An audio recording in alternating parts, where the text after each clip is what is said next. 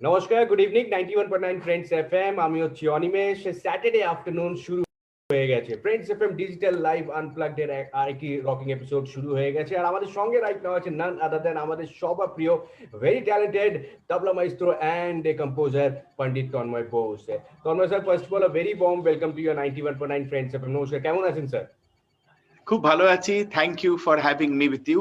খুব ভালো লাগছে শনিবারের রবিবারের মাংস ভাতের অপেক্ষায় 91.9 এর সঙ্গে। বাহ, thank you so much, thank you so much. তন্ময়দা, আমি জানি খুব ব্যস্ত আছেন। বিফোর দি লকডাউন তন্ময়দা খুব ব্যস্ত ছিলেন, ডিউরিং দি লকডাউন খুব ব্যস্ত ছিলেন, এন্ড আফটার দি লকডাউন তন্ময়দা খুব ব্যস্ত হয়ে গেছেন। কেন কি আবার ডিজিটাল কনসার্টস এর পর এখন অন গ্রাউন্ড অ্যাক্টিভিটিস ইভেন্ট শুরু হয়ে গেছে উইথ অল দি রেস্ট্রিকশন, যেগুলো প্রোটোকল যেগুলো মানা হয়েছে। তো তন্ময়দা, চলো একটু স্টার্টিং থেকে কথা বলি।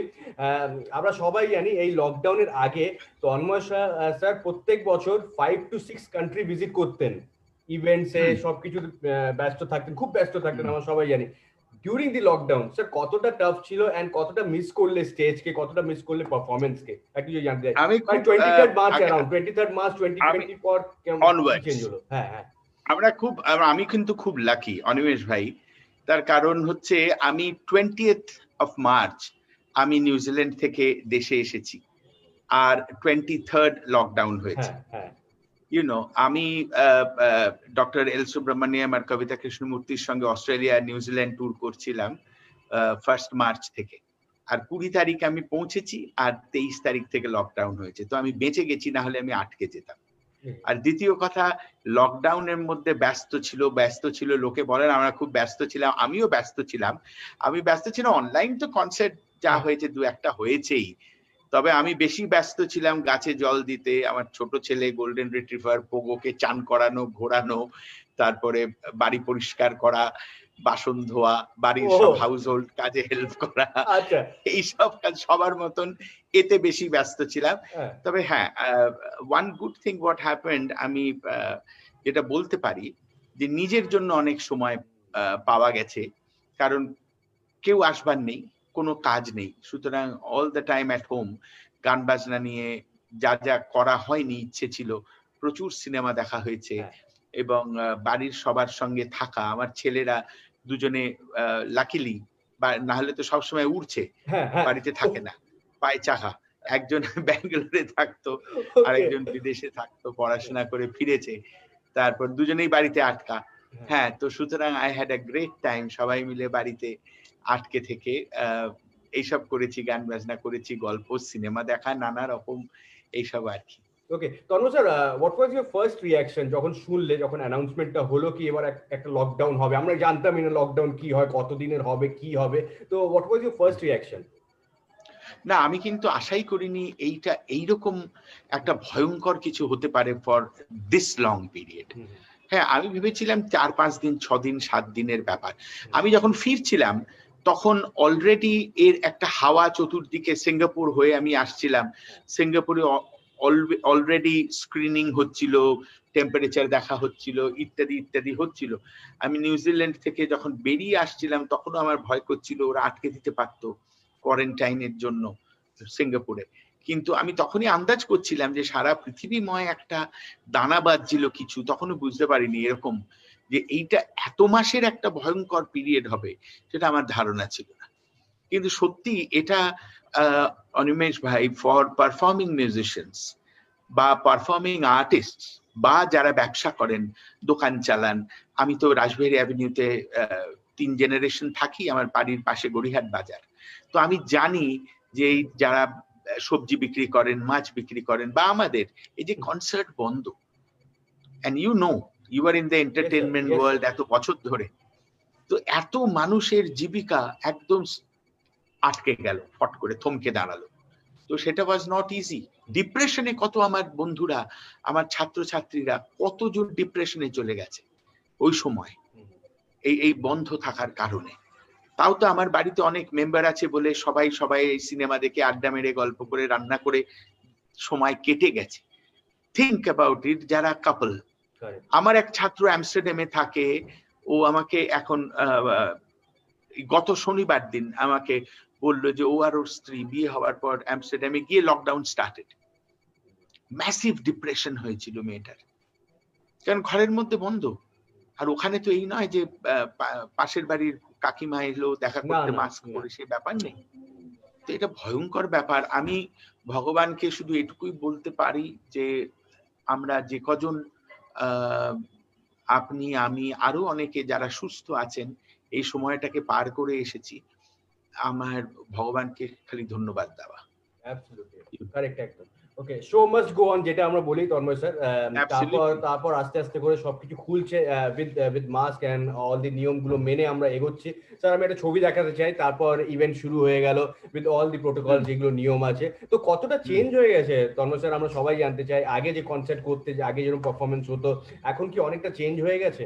কিছু যদি শেয়ার করো। না, মানে আমি এই আহ, গত পরশুদিন ডোভারলেন মিউজিক কনফারেন্সে বাজালাম। হুম, ডোভারলেন ক্লাসিক্যাল মিউজিশিয়ান যারা বা মিউজিক লাভিং পিপল, অডিয়েন্স যারা, ডোভারলেন এত বছর ছোট থেকে দেখে আসছি। জানুয়ারি মাসে হয়, 22 তারিখ থেকে শুরু, 25 তারিখ শেষ। হুম, এইবার প্রথমবার ফেব্রুয়ারি মাসে হলো অনুষ্ঠানটা। তো এই অনুষ্ঠানটাই এক্স্যাক্টলি এইটাই আমরা বাজাচ্ছিলাম, আর আরমান রাশিদের ছেলের সঙ্গেও আমি বাজিয়েছি, ওর ডেবিউ ছিল। তো ওই ডিস্টেন্সিং রেখে হুম, কম টিকিট বিক্রি করে কম মানুষের প্রেজেন্সে কনসার্ট হওয়া। রবীন্দ্র সদনেও আমি তার আগের সপ্তাহে করেছিলেন, বাজিয়েছি, correct। হ্যাঁ, স্টেট একাডেমির কনফারেন্সে, সেখানেও একই রকম ভাবে করা হয়েছে। কিন্তু কালকে যেরকম মানুষ আর মানেনি, পরশুদিন আচ্ছা। হ্যাঁ জোর করে ঢুকে পড়েছে অনেক, যারা শুনতে এতদিন দম বন্ধ হয়েছিল। হ্যাঁ, কিন্তু আমার মনে হচ্ছে এখন যেন প্যান্ডেমিকটার ভয়াবহতাটা হুম, লোকে দমবন্ধ হয়ে মনে হচ্ছে এর থেকে বেরিয়ে আসা উচিত, কিন্তু আমাদের তবু একটু সাবধানতা অবলম্বন করা উচিত আমার মনে হয়। হুম, আমার মনে হয়, কারণ এটা correct। তো ডেফিনেটলি প্রাণদায়ী, প্রাণ হানিকারক। আমার নিজের ফ্যামিলিতেই আহ এটা আমি ভুক্তভোগী একজন, সেজন্য আমি জানি যে ইট ইজ ভেরি ডেঞ্জারাস। হুম। সুতরাং একটু সাবধানতা অবলম্বন করা উচিত। একদম ঠিক বলেছেন তন্ময়দা। এখনো প্রবলেমটা আছে, আমাদেরকে একটু মাথা ঠান্ডা রেখে এখন পেশেন্সের সাথে আমাদেরকে এগোতে হবে। ওকে তন্ময় স্যার, আমি জানতে চাই, সবাই জানতে চাই, আমরা যখন বললাম কি তন্ময়দার সাথে কথা হবে আজকে আমাদের, তো অনেকজন প্রশ্ন জিজ্ঞেস করেছে। Tell us something about your childhood sir, আমরা সবাই জানতে চাই। School days South Point High School থেকে করলেন, গ্রাজুয়েশন করলেন স্কটিশ চার্চ কলেজ থেকে, আমরা সবাই জানি। কিন্তু ছোটবেলায় তন্ময় স্যার কেমন ছিলেন? মানে খুব স্টুডিয়াস ছিলেন, স্পোর্টসে ছিলেন, মিউজিক নিয়ে ভাবতেন সবসময়। 7 ইয়ার্স থেকেই আপনি মিউজিকে আপনার হ্যাঁ, শুরু হ্যাঁ। হয়ে গেছিল। আপনি আপনি শুরু করে দিয়া था रियाज करना। तो একটু যদি শেয়ার করেন স্যার, ছোটবেলায় আমাদের তন্ময় স্যার না, কেমন ছিলেন? আমার আমার যেটা ইন্টারেস্টিং ব্যাপার সেটা হচ্ছে আমার আহ, খেলাধুলো, I was very very least interested in okay, academics. Okay, পড়াশোনায় আমি কোনোদিন ভালো ছিলাম না, কোনোদিনই ভালো ছিলাম না। আচ্ছা, এবং আমার স্কুলের টিচাররা, লাকিলি যেহেতু আমি তখন গানও গাইতাম, বাজনাও বাজাতাম, আমার সব টিচাররা আমায় ভীষণ ভালোবাসতেন, ওকে, you know, ওকে, ভীষণ ভালোবাসতেন। হ্যাঁ, হ্যাঁ, তো আমাকে শাস্তিও দিতেন, আবার জিজ্ঞেসও করতেন, রেয়াজ করেছিস তো, প্র্যাকটিস করছিস তো। হুম, এইরকম একটা আমার স্কুল জীবন ছিল। কলেজেও তাই। কলেজের সময় আমি অলরেডি বাজাতে শুরু করে দিয়েছি। আহ, খুব ইন্টারেস্টিং, আমার কলেজে পড়ার সময়, কলেজে আমি বলতাম না যে আমি গান বাজনা করি এত সিরিয়াসলি। ওকে, তো আমার এক বিখ্যাত বন্ধু, আমার কলেজের বন্ধু ছিল শিলাজিৎ। তো আমি একবার এসকেলুপিয়ায় তখন আমার আরেকজন গুরু, প্রতিম মহান উস্তাদ আমজাদ আলী খান সাহেবের সঙ্গে বাজাচ্ছিলাম ক্যালকাটা মেডিকেল কলেজের ফেস্টে।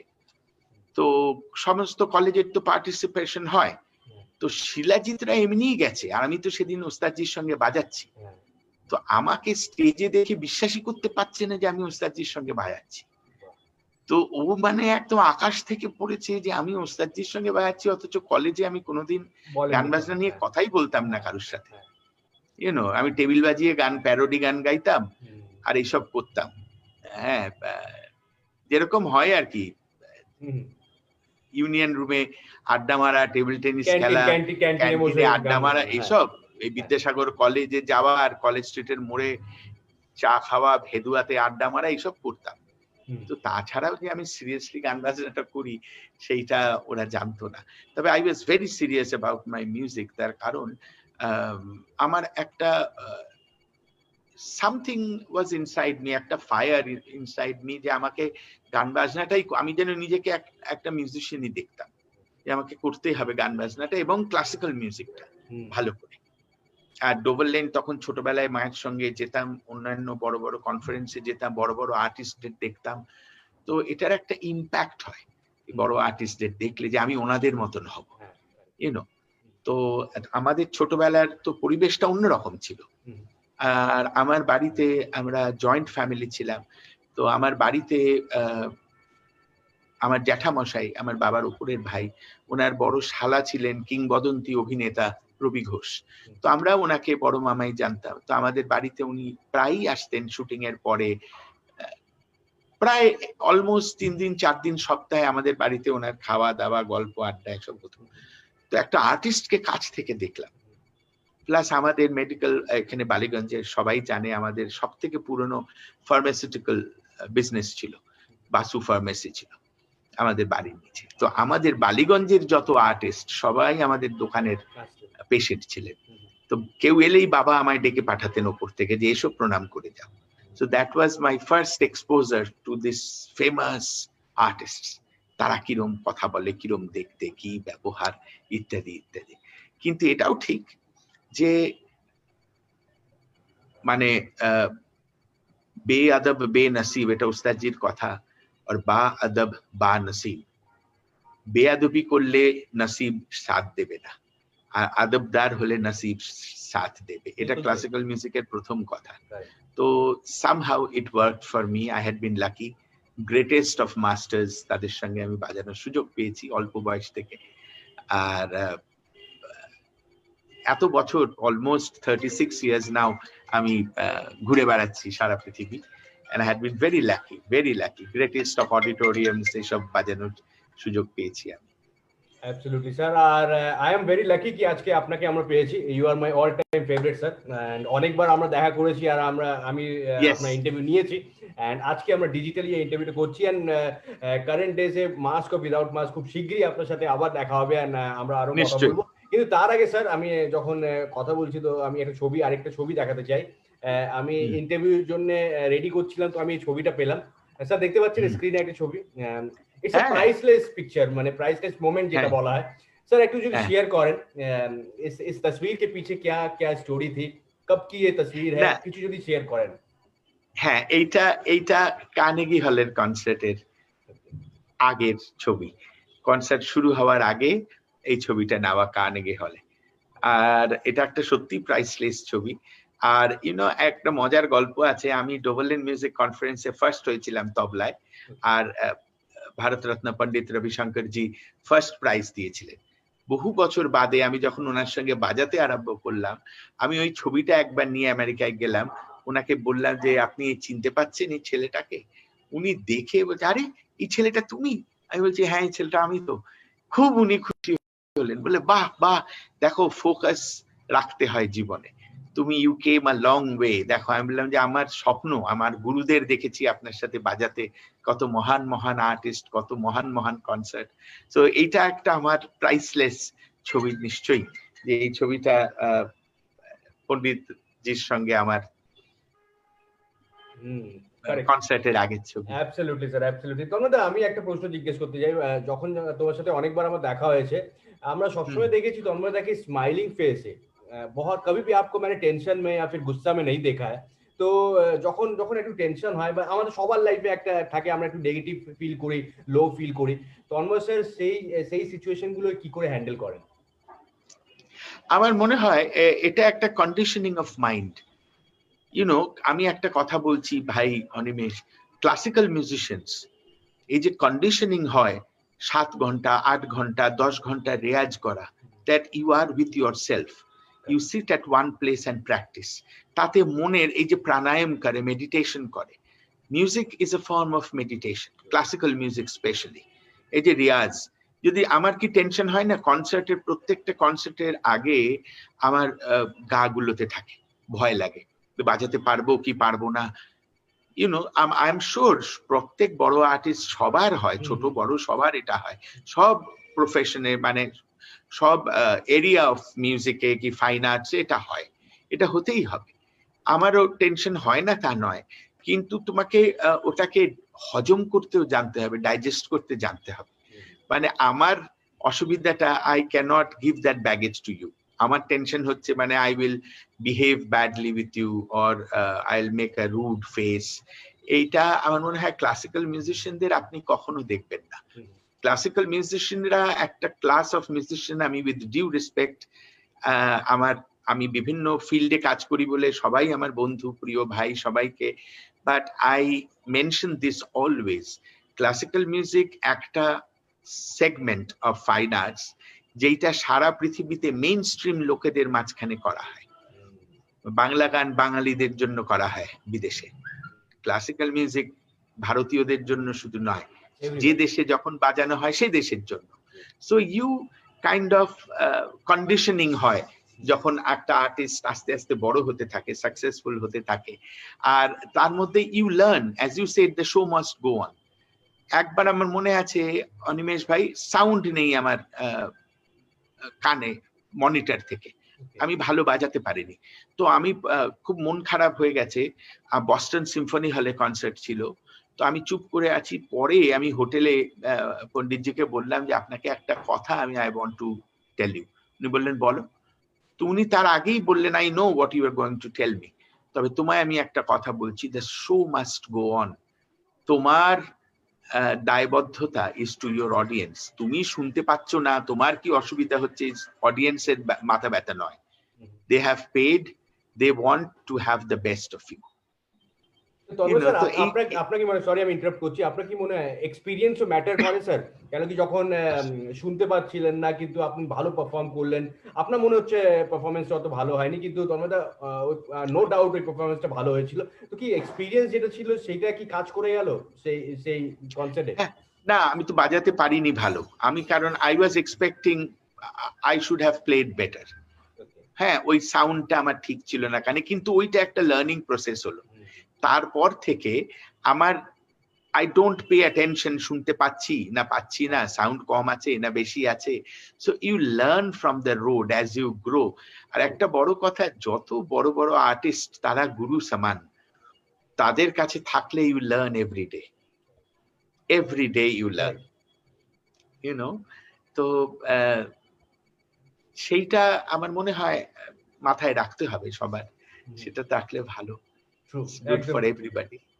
স্যার আরেকটা প্রশ্ন আমি জিজ্ঞেস করতে চাই, মোর দেন 500 প্লাস মিউজিক্যাল ইনস্ট্রুমেন্টস তন্ময় স্যারের কাছে আছে।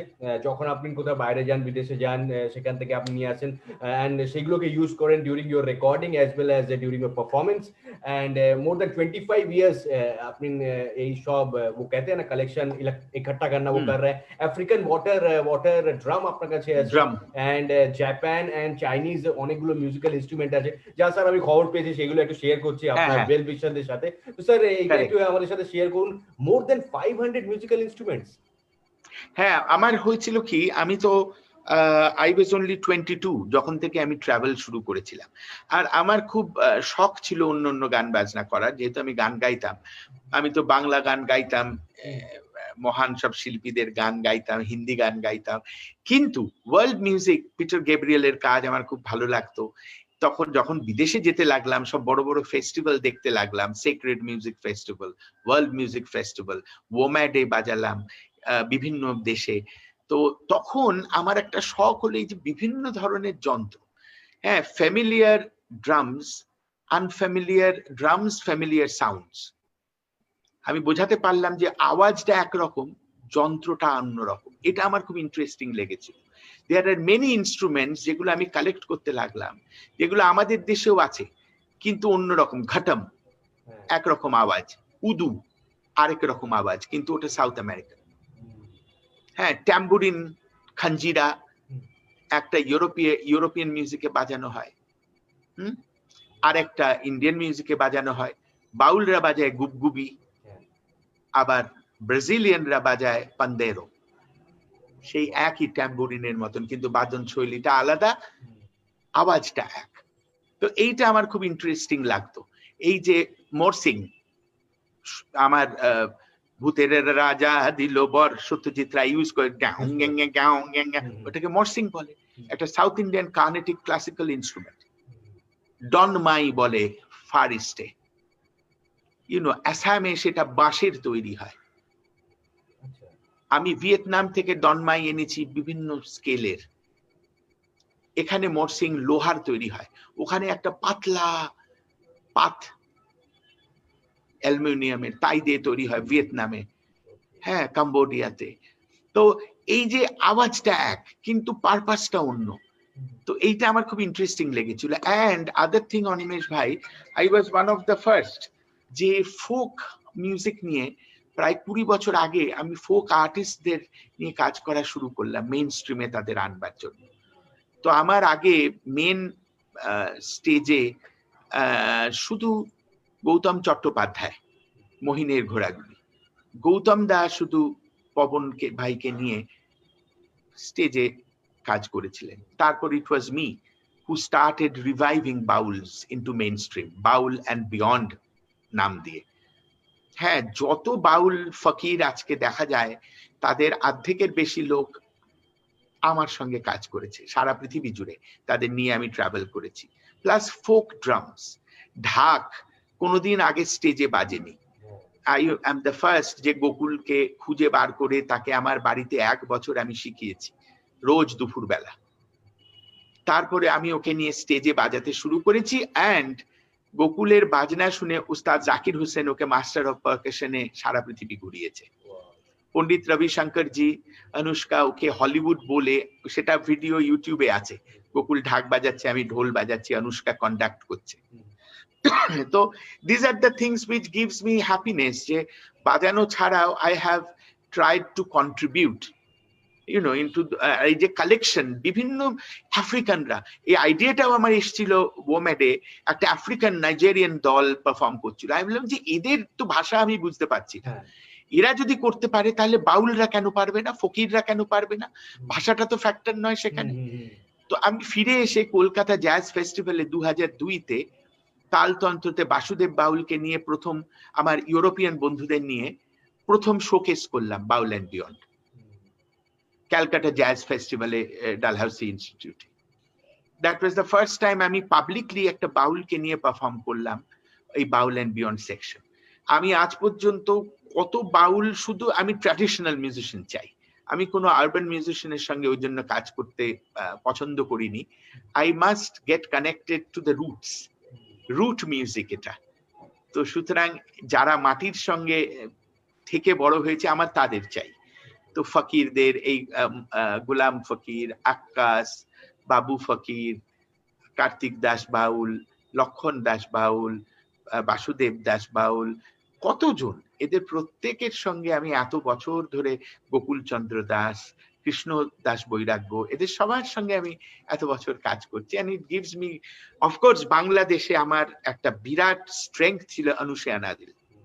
অনুষে আমার খুব ভালো বন্ধু, আর অনুষে একটা মানে খুব নামকরা আর্টিস্ট ছিল। তো তোমার দেশে আমার দেশে বসত করে কয়জন না মনে জানো না, আমার দেশে বসত করে কয়জন না, এই গানটা ওর গাওয়া।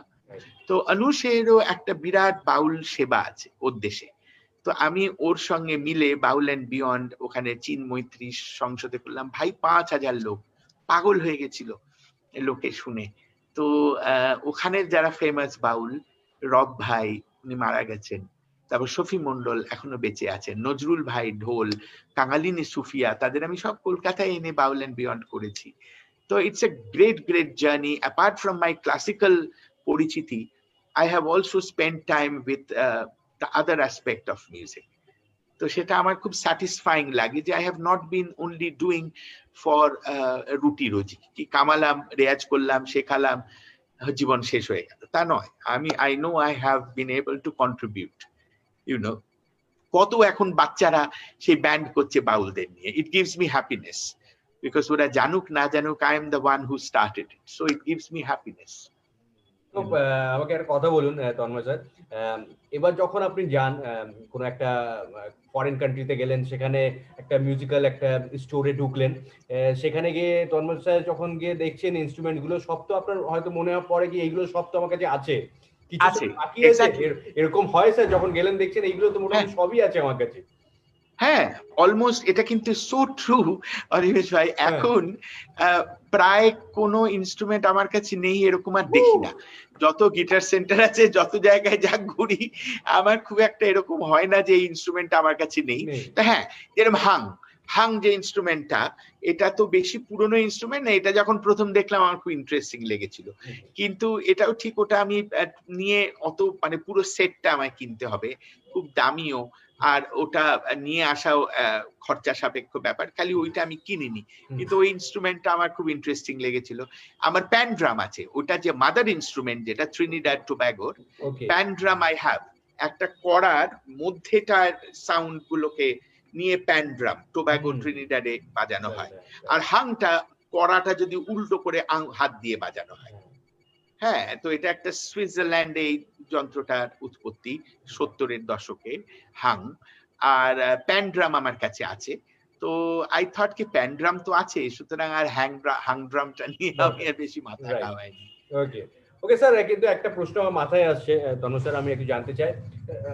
আমার বেশি কিন্তু আপনি মিউজিক কম্পোজ ফর মুভিজ করেন না, রেগুলারলি করেন না। এনি রিজন, এর পিছনে কোনো রিজন আছে স্যার এরকম কিছু? না, খুব কোনো রিজন নেই।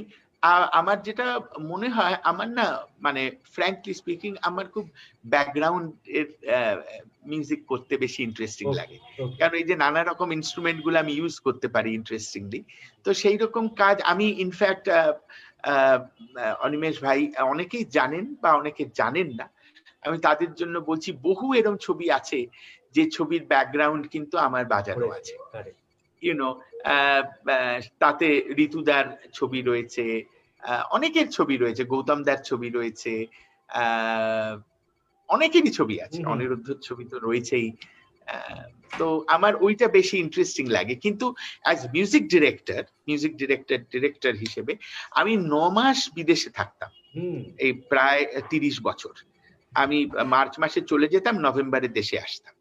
হ্যাঁ, তো ফলে আমায় কাজ দিয়ে লোকে বিপদে পড়বে নাকি, আমি তো ছবি বন্ধ করে পালিয়ে যেতাম। শুধু শীতকালের ওই 3 মাসে যেটুকু কাজ করার সেটুকু কাজ করতাম। প্রায় 30 বছর আমার এইটা রুটিন ছিল। তো হ্যাঁ, তো এখন তো সেই কারণে আমি খুব একটা বেশি ছবিতে কাজ করতে পারিনি আর কি, আমার দুর্ভাগ্য। তন্ম স্যার, এত ওয়াস্ট আপনার, এত বড় আপনার ক্যারিয়ার আছে, এত বড় আপনার এক্সপিরিয়েন্স আছে, তো কতটা চেঞ্জ হয়ে গেছে এখনকার যে মিউজিশিয়ানস আছেন, বাচ্চারা যে শিখছে, আপনার একাডেমিও আছে, তো কতটা চেঞ্জ হয়ে গেছে তন্ময়দা? আগে যখন ছোটবেলা আপনারা মিউজিক শিখতেন, এখন যে ছেলেরা মিউজিক শিখছে, মেয়েরা মিউজিক শিখছে, কতটা চেঞ্জ হয়ে, ডিফারেন্স কতটা দেখতে পাচ্ছেন? ডিফারেন্স আমাদের থেকে অনেক বেশি ট্যালেন্টেড এখনকার বাচ্চারা, তো তার কারণ অপশনস এত বেশি। সারা পৃথিবীর গান বাজনা একটা ট্যাবের মধ্যে শুনে ফেলবেন, একটা স্মার্টফোনে শুনে ফেলবেন। So they know what is going on সারা পৃথিবীতে। কিন্তু যেটা মাইনাস পয়েন্ট, সেটা হচ্ছে একটা জিনিস শোনার জন্য যে এফার্ট আমাদের লাগতো, যে আমাকে ওনাকে শুনতে হবে যত কষ্টই হোক, সেটা তো আর এখন দরকার নেই। So you get everything easily. তো ফলে একটু সেই আগুনটা, সেই স্পার্কটা কমে যায় মনের মধ্যে, কারণ সবকিছু ইজ অ্যাভেলেবল, সারা পৃথিবীর সিনেমা, সারা পৃথিবীর মিউজিক। কিন্তু আমাদের থেকে অনেক বেশি ট্যালেন্টেড এখনকার বাচ্চারা। আমার কাছে সব বাচ্চারা শেখে, অনেক ছেলে মেয়ে আসে আমার কাছে, I see they are so talented. 5 বছর 6 বছর বয়সে কি দারুণ বাজাচ্ছে, গাইছে, ইউনো। তো এখন যেটা করতে হবে সেটা হচ্ছে বাবা মাকে ফোকাসড থাকতে হবে। রিফ্লেক্টেড গ্লোরি, বাবা মা যদি ভাবেন যে এখনই নাম হতে হবে, তাহলে বিপদ, তাই না? আগেকার কালে গান বাজনা করবে, সিনেমা করবে। আমি একটা কথা বলছি অনিমেষ ভাই, রেডিও প্রেজেন্টার দেবদুলাল বন্দ্যোপাধ্যায়কে আমরা জানতাম। এই যে কাজটা আপনি করছেন, আপনার পাড়ার লোক তো আপনাকে দেখতে পাচ্ছে না, সে ভাবছে ওই রেডিওতে চাকরি করে, কিন্তু রেডিওতে তো চাকরি শুধু নয়, এটা প্রেজেন্টার হওয়ার সেটার একটা কন্ডিশনিং আছে, সেটা আস্তে আস্তে আস্তে আস্তে ইউ গ্রো। তো এই যে ফোকাসটা, সেইটা তো এখনকার বাচ্চাদের বুঝতে হবে, যে খাটনি, শেখার চেষ্টা। You fail, if you don't fail you don't learn. Fail করতে হবে, এখনকার বাচ্চাদের আমি যেটা দেখি যে বাবা মারা আপসেট হয়ে যায়, তুমি ফার্স্ট হলে না কারো, আরে ফার্স্ট একজনই হবে, কিন্তু যে কচ্ছপ হবে সে কিন্তু ফার্স্ট হবে পরে 5 বছর বাদে, যার ফোকাস একদম ঠিক ঠিক, আছে, একদম ঠিক। তাই না? এখনই সে ফার্স্ট হচ্ছে না, কিন্তু সে কচ্ছপ, 5 বছর বাদে সে ফার্স্টই হবে, আর তারপর নেক্সট 20 ইয়ার্স সে ফার্স্ট থাকবে। তো সেই সময়টা সেই বাচ্চাকে দিতে হবে, এইটা একদম ঠিক, এটা একদম ঠিক। আমার বিশ্বাস। তন্ময় স্যার, লাস্ট প্রশ্ন আমি জিজ্ঞেস করবো। আমার শোতে আমি সবাইকে, যারা যারা আমার গেস্ট আছেন তাদেরকে আমি একটা টাইম মেশিন দিই, আমি তোমাকেও টাইম মেশিন দিচ্ছি। যে কোনো একটা এরারে আপনি যেতে পারেন, বিফোর ইয়োর বার্থ, আপনার বার্থের আগেও যে কোনো একটা টাইমে যদি যেতে চান আপনি যেতে পারেন, বা যে কোনো একটা টাইমে যেতে পারেন, কারোর সাথে বসে যদি কথা বলতে চান আপনি বসে বসে কথা বলতে পারেন। সেই টাইমটা কোন টাইমে আপনি যেতে চাইবেন, কোন এরারে যেতে চাইবেন? কোন এরাতে, কোন সময়? কোন সময়তে স্যার যেতে চাইবেন? আহা, এই আমি মিয়া তানসেনের সঙ্গে কথা বলতে চাইতাম। Super super. ওকে ধর্ম স্যার, যারা দেখছে আপনাকে রাইট নাও আমাদের show Friends FM digital live অনপ্লাই, তাদের জন্য কি মেসেজ থাকবে? আপনার ফ্যান্স, আপনার ওয়েল উইশার্সদের জন্য কি মেসেজ আমি থাকবে? এইটাই বলতে চাই যে আপনাকে অনেক ধন্যবাদ আমাকে সুযোগ দেওয়ার জন্য কথা বলার আপনার সঙ্গে। আর যারা শুনছেন, শুনতে হবে, জানতে হবে, বিকজ এইসব অনুষ্ঠানে কত বড় বড় ব্যক্তিত্ব আপনার কাছে আসে, তারা তাদের জীবনের কথা বলবেন, তাদের অভিজ্ঞতা বলবেন। একটা ছোট্ট ছেলে, একটা ছোট্ট মেয়ে যারা এই লাইনে আসতে চান এন্টারটেনমেন্টে, এইসব অনুষ্ঠান শুনলে তারা সমৃদ্ধ হবে, they will learn so much, তাদের অভিজ্ঞতা তাদের থেকে লাভ হতে পারে। তো আমি আশা করব আপনাদের সবার মনটা থাকুক শেখার, have the power to surrender, you have to learn কি আমাকে সারেন্ডার করতে হবে, don't be aggressive, don't ever think that you know everything, there is something more that you do not know, সেইটা মনটা রাখতে হবে। আর অনেক অনেক শুভেচ্ছা আপনাকে, thank you once again 91.9 friends FM. আমি অনেক অনেক আনন্দ পেলাম আপনাদের সঙ্গে কথা বলে, আপনার সঙ্গে থ্যাংক ইউ কথা সো বলে। Much, thank you so much Tanmoy sir আমাদের সাথে কথা বলার জন্য। খুব জয় শীঘ্রই গুরু, আপনার সাথে দেখা হবে, mask or without mask. Thank you so much sir, all the best and you Joy are the guru, best. Thank thank you you, so much Tanmoy, thank thank you, you so much. আমাদের সঙ্গে থ্যাংক ছিলেন ইউ। নান আদার দেন আমাদের সবার প্রিয় পণ্ডিত তন্ময় বোস, ওনার সাথে আমরা কথা বলছিলাম live on 91.9 friends FM and उनके साथ बातें हो गई, ढेर सारी बातें आज हमने कर ली है। और मैं बता दूं कि ऐसे ही आपको कल एक और गेस्ट के साथ मुलाकात कराऊंगा संडे इवनिंग। हमारे साथ एक और गेस्ट होंगे, यानी कि होगा रविवार की शाम सितारों के नाम। अपना ख्याल रखिएगा। Thank you so much, take care and good night.